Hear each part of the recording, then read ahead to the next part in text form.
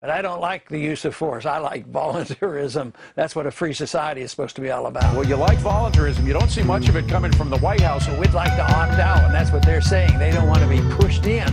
But when you think about how many other things that we're pushed into, but I don't like the use of force. I like voluntarism. That's what a free society is supposed to be all about. Well, you like voluntarism. You don't see much of it coming from the White House. In fact, you called the president recently an elected dictator. What do you mean by that? He's dictatorial is what he is.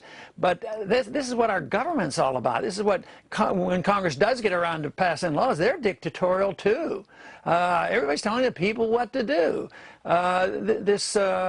The whole process for many, many decades, this is what the whole taxing system is about. Dictating and dictatorial and telling people what to do with their lives. And how would you change things? Well, you have to change it by changing people's minds, but I think that's what's happening. I think this is why we have a Tea Party movement going out there, and people are demonstrating because they're sick and tired of what they're being dictated to, just like the people in Ohio. They were tired of being dictated. You have to buy this insurance. So the people's attitudes are changing. The Congress has to change. We have to have a new president that maybe believes in the Constitution to quit doing the things that are illegal.